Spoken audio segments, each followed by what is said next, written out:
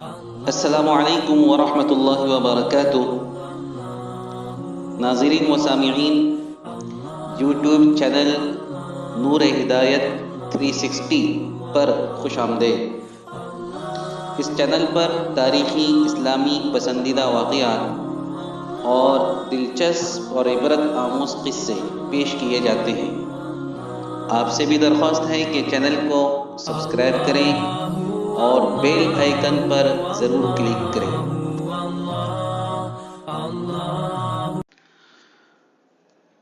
دوستو، آج ہم آپ کے ساتھ ایک ایسا واقعہ شیئر کرنے جا رہے ہیں جس سے آپ کو پتہ چلے گا کہ انسان کی نیت کا اثر اس کے اعمال پر بھی اور اس کے معاملات پر بھی، حتیٰ کہ اس کی روزی پر بھی کس طرح سے پڑتا ہے۔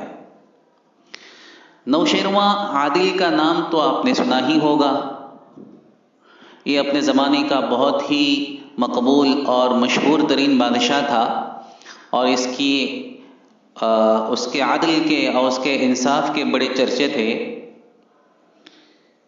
تاریخ کے اعتبار سے یہ حضور پاک صلی اللہ تعالی علیہ وسلم کے زمانے سے پہلے کا تھا۔ ایک دن یہ بادشاہ، اس کے دل میں خیال پیدا ہوا کہ اپنی رعایا کی اور اپنے ماتحتوں کی دیکھ بھال کرنا چاہیے، ان کی خبرگیری کرنی چاہیے۔ تو وہ بھیس بدل کر اپنے رعایا کی دیکھ بھال کے لیے اور معلومات حاصل کرنے کے لیے کہ لوگ کیسے جیتے ہیں، کیسے رہتے ہیں، ان کا رہن سہن کیا ہے، یہ معلوم کرنے کے لیے نکلا۔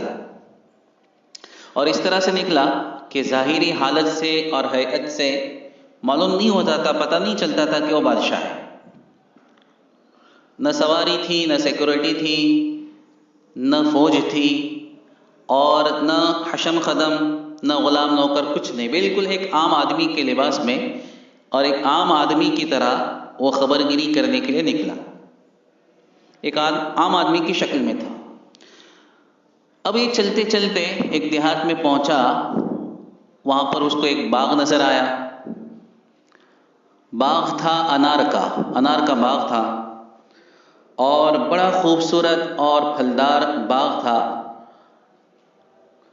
یہ چلتے چلتے دروازے پر پہنچا، اندر پہنچا، باغ کا مالک سامنے آیا، اس سے بات چیت ہوئی، اور اس نے ظاہر کیا کہ میں ایک مسافر ہوں، بہت دور سے آ رہا ہوں، پیاس محسوس ہو رہی ہے، کیا آپ اپنے باغ کا انار اور اس کا جوس مجھے پلا سکتے ہیں؟ اس نے کہا کہ ہاں ضرور، کیوں نہیں۔ اچھا آدمی تھا، نیک آدمی تھا۔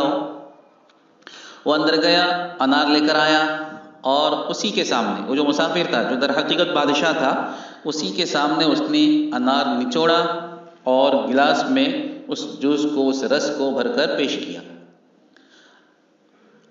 اب جیسے اس نے گلاس میں رس نکالا، وہ انار ماشاءاللہ اتنا اچھا تھا اور بڑا تھا کہ ایک ہی انار کے جوس سے اور رس سے پورا کے پورا ایک بڑا گلاس بھر گیا، اور بادشاہ نے اس کو پی لیا۔ ذائقہ بھی بہت اچھا تھا، بہت عمدہ تھا، میٹھا تھا، بادشاہ کو پسند آیا۔ اور سب سے بڑھ کر یہ کہ صرف ایک انار سے اور ایک انار کے رس سے پورا کے پورا گلاس بھر گیا۔ بادشاہ نے اپنے دل میں سوچا کہ اتنا اچھا باغ ہے، عمدہ باغ ہے، اور رس بھی اتنا زیادہ ہے پھلوں کے اندر، اس پر تو ٹیکس لگنا چاہیے حکومت کی طرف سے۔ یہ بادشاہ نے نیت کی کہ اب میں جب جاؤں گا تو اس باغ پر ٹیکس لگاؤں گا۔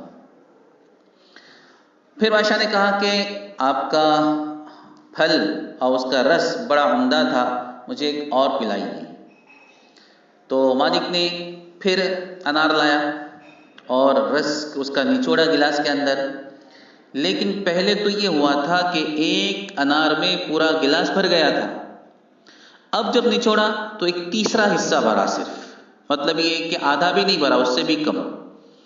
پھر اس نے دوسرا نچوڑا، تھوڑا اور بڑھ گیا، لیکن گلاس پھر بھی نہیں بھرا۔ پھر تیسرا نچوڑا تو پہلے تو ایک انار میں پورا گلاس بھر گیا تھا، اب تین انار جب نچوڑے تب جا کر ایک گلاس بھرا۔